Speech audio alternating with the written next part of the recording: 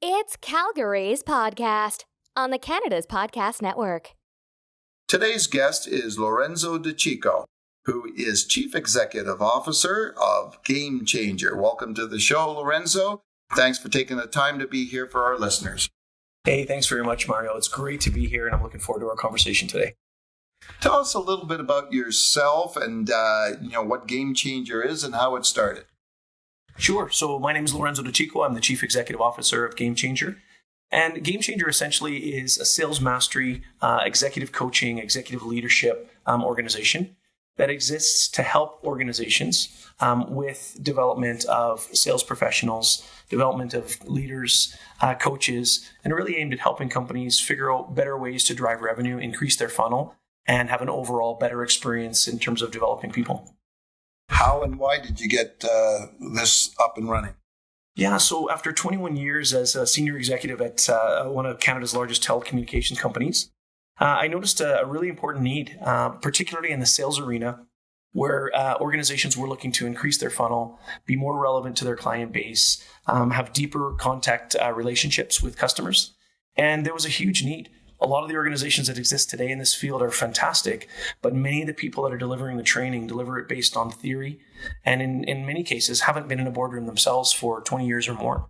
So I felt that there was a need for relevance. And, the Game Changer process brings specific, relevant, credible team members that have been in the boardroom as recently as, 30 days ago. So I'm curious, the name, where did that come from and the significance of that? Yeah, cool. So I've got a steep history in sport. I love the game of soccer. I've been very active as a coach and a player. And, one of the things that I always admired was when people referred to a player as a game changer. Wow, that person's a game changer. They did something different with the ball. And I just felt that Game Changer was relevant in business. I think these organizations were looking for someone to come in and make a material impact on their strategy. And when you do that, you're called a game changer. So I just felt it was relevant. Okay, let's talk a little bit about Calgary itself and doing business here. First of all, what are the benefits of being an entrepreneur or a business owner in Calgary? Yeah, I think, one of the most significant benefits is the fact that the culture of Alberta and Calgary specifically is that we are open for business. I think there's an excitement. I think there's a desire to win. There's a desire to compete. And there's a desire to serve as the benchmark for excellence in Canada. So, a significant benefit is you've got a healthy community. You've got people that are really pro-business. And when you're in a pro-business environment, it's hard not to be successful. What about the challenges of doing business here? Yeah, challenges, particularly recently over the last 18, 24 months, we've seen, more than 150,000 jobs lost in the province of Alberta, many of those here in Calgary. The dependency on oil and gas and energy, I think, has had a big impact. So you're seeing companies be cautious. You're seeing organizations dramatically make cuts and look to reorganize, retool, do less with more or more with less. And I think, that's a huge challenge because when people are cautious, in an entrepreneurial organization or entrepreneurial province, when people start getting cautious, that's not a natural fit. So I think that's been a little challenging. Okay. Now, some of the best ideas we have sort of come out of nowhere. Absolutely. Is there anything that you do or any places that you go to get inspired and where ideas seem to flow freely? Yeah, for sure. I was given this advice quite a while ago in my career, and it served me really well. It's the importance of taking time to breathe. Step out of the environment, get out of the business so you can actually work on the business. So for me, I look for opportunities where I can breathe, get away from the office, change perspective. I do two things that are important to me. I'm an avid musician, so I love to play. I play guitar. That's always a creative outlet that helps me get outside of the office and just sort of change the way my mind is working. Mm-hmm. And then back to the soccer reference, I'm a proud coach for U15 girls here in the city of Calgary for Foothill Soccer Club. And getting out there with the kids, kicking the ball around, listening to them laugh and have a good time, that's a really nice departure from, the tyranny of business sometimes. Okay, I'm curious, what do you play in guitar? What kind of music? Yeah. I love blues, and depending on who's listening, I'm an 80s rock fanatic. Okay. So I love the big guitar, the hair bands. I think it's a lot of fun. When you look at your company and your business right now, what are you most excited about with it?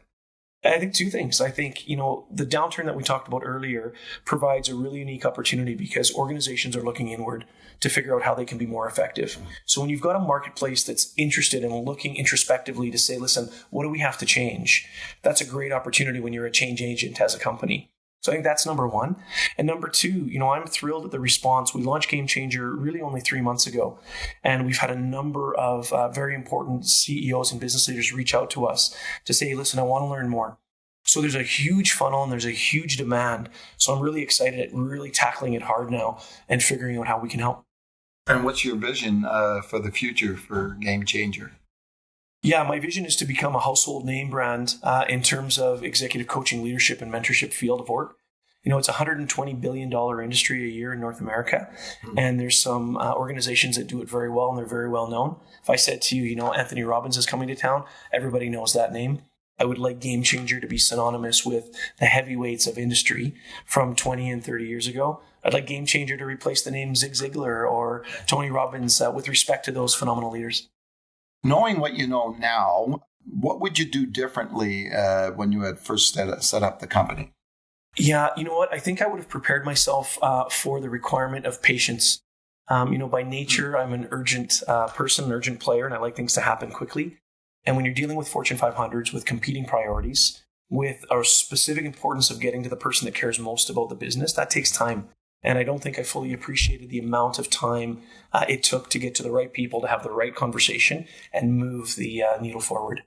Okay, now as an entrepreneur, as I said, you've probably received a lot of advice over the years. What's the best piece of advice for being an entrepreneur that you've ever received? Yeah, I think, don't put a timeline on goals and objectives. And I know that sounds counterintuitive because anyone in corporate business, so what are you talking about? We work daily, weekly, monthly, quarterly. We have fiscal responsibility. So I'm not suggesting you don't have goals and objectives. What I'm suggesting as it relates to your career or launching a business as an entrepreneur is, I think if you say, okay, we have to have all of these things in place by December, you're setting yourself up to fail because there's a million things that could go wrong. So give yourself permission to have a fluid plan, be prepared to change it, and have the emotional intelligence to recognize when things are going sideways, quickly make a stop, revector, replan, and, don't be afraid to give yourself permission to take a little bit more time than you thought. Okay, I'm going to switch gears here and ask you a few personal type questions. Everybody these days has a quote unquote bucket list. What sits atop your bucket list these days? Yeah, I think, it's a couple of things. Thing number one is I'd like to find a place, whether it's, we just recently got back from Shuswap Lake in BC, which is outstanding. Whether it's there, whether it's a little small place in Rome, I'd like to have a getaway. I would like on my bucket list for us, my family and I, to find a getaway that we can go to. We know is there, it's in the family, and it's our, fortress of solitude, that we can just go and recharge and energize and know that it's always there. When you look at your career, it's sort of looking back. If you weren't doing what you're doing now, any thoughts or ideas of what type of career you might have embarked on? Yeah, for sure. As a Canadian kid growing up with Italian heritage, my passion and desire was always soccer. So, if I could turn back time and try something different, I would love to have an attempt at a professional soccer career, either as a player or as a coach. I had a brief stint as one of the founding members of the Calgary soccer team here in Calgary, which is part of the Canadian Premier League, which has been a fantastic endeavor. So I had a nice taste of that. However, I'm talking on a much grander scale. Doing it somewhere in Europe or South America, I think would be amazing. So you never know, Mario. It's not over yet. We might give that a go. That's true. My dream was always to cover as a journalist a World Cup event. So fantastic. Yes, we go together. Yeah. What are you reading currently in terms of books? Yeah, do you know what? Right now, I try my best to not commit to any one book. I've never been a reader other than outside of university where you're committed to read course curriculum. But for me, I look for short snippets of inspirational material. So I use everything from podcasts to LinkedIn to just interesting social media feeds that give me insights into what are people interested in right now, what are some of the problems that are going on in the marketplace, and what are the themes around Gen Z and millennial that I think I need to keep an eye on. Okay. If you had one word to describe yourself, what would it be and why? Yeah, I love this question because you immediately pick 4 or 5 words. And I say, well, that wasn't the question. The question was one word. So after giving it some thought, I think authentic is the word that I'd like to be best remembered and known for. I work very hard, and you know this yourself with our Italian heritage, that it was always about being a man of your word. Making sure that people would look to you as if you made a commitment, it was good as gold. So I work very hard at being authentic. What you get is what you see. And, I tell this to my children as well, my 3 daughters, that never make a promise that you can't deliver on. And, go out of your way to be honest, tell the truth, be open. And if you can do something great, do it perfectly or do it as well as you can. And if you can't do something, then be upfront and honest as well. Now, you mentioned shoe swap and you mentioned Rome. Just wondering if you have a favorite place that you'd like to go to and visit.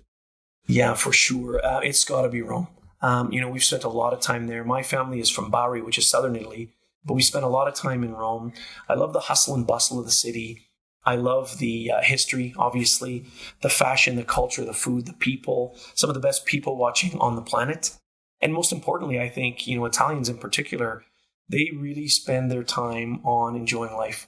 So people say in North America, we live to work. In Italy, I think they work to live. So they do just enough so they can go and enjoy themselves. And I think we could all learn a lesson from that. And that's why on the bucket list, that's probably the place we'll end up. Okay. Now, we're all creatures of habit.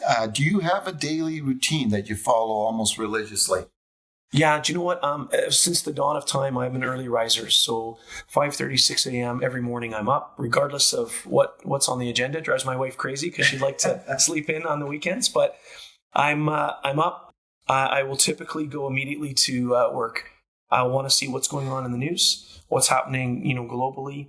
Is there any significant material change in the business community, in the world, politically, financially, religiously, just so I get a beat on, what's happening on the planet. Then I get into business work. What's going on with, email? What are the follow-up action items? Then I'll look at planning out the day. And then from there, I'll, if I can, I usually hit the gym, do a little bit of physical activity, sometimes 15 minutes, sometimes 45. Then I'll have breakfast. Then I'll see what the family's up to, wake everybody up and get them ready for, summertime's been great, but get them ready for school or work or whatever. Okay, I'm going to present you with a different scenario here. And just imagine a small, beautiful tropical island in the middle of the ocean with only one phone booth and no internet. We're going to drop you off there with no technology at all. Anytime you can use the phone booth on the island to call the boat to come pick you up. With that in mind, how long do you think you'd last before making that phone call? And what do you think you'd be doing on that island? Yeah, I love this question. So if you had asked me, Mario, 1 year ago, I would have said about 15 minutes to an hour. And I'd be going crazy. Get me back to technology, get me back to work. But, now that I've had the benefit of being outside of Fortune 500 life and very focused on entrepreneurship, I would very comfortably spend 30 to 45 days on that island. Wow. Absolutely. And I'll tell you what I would be doing, because I've learned that, there's a difference between relevant urgency and just urgency. So when you're caught up in the Fortune 500 world, you think everything has to happen within 30 seconds. If you don't respond to an email or make a call, there's a problem.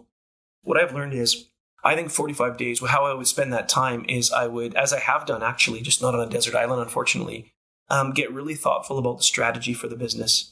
Get thoughtful about your value proposition. Get thoughtful about the problems that you're trying to solve as a result of, the organization and why you exist. I would spend a lot of time focusing on the commitments as a father. What are the things that I need to do for my kids over the next 3 and 5 years? And how can I make sure I keep focused on that? I would do the same as a husband. What do I need to do to ensure that I'm being the very best partner and best friend that I can be? And then internally look at my own personal plan. I would love to run the beach. I would love to swim in the ocean. I would love to figure out how to, make a fire, how to forage for food. I think that would be phenomenal. I love that show with Tom Hanks when he's stranded on the island. So I think I say 30 to 45 days. In reality, it might only be 2 weeks, but I think it would be a very cool experiment. Well, that's interesting. Is there anything you'd like to add before you leave us today, Lorenzo? Yeah, 2 things. I think number one, I'd just like to say thank you for the opportunity. Any chance, I get to talk about Game Changer, to share my thoughts on, the business world or leadership or, just the art of inspiration, I'm very grateful. And the second thing would be an open challenge to CEOs, business leaders, and entrepreneurs in Canada to say, be brave. I'm running into loads of organizations that I've routinely admired over the years. And I'm scratching my head at some of the decisions they're making around downsizing, around putting, perhaps not the right people in the right places at the right time. And I say that politically. I say that in Fortune 500. I say that in entrepreneurs. I think as Canadians, we have earned the right to be proud. I think we've earned the right to be brave. And I think we have a tremendous amount to offer. And I hate to see people leaving Alberta for other job opportunities. I think we can make a go here. And I would challenge leaders and organizations to be brave and to look at, how can we make the most impact possible in Calgary? And to the extent Game Changer can help, please give us a call. Okay, thanks for joining us today, Lorenzo. Thank you. Really appreciate it.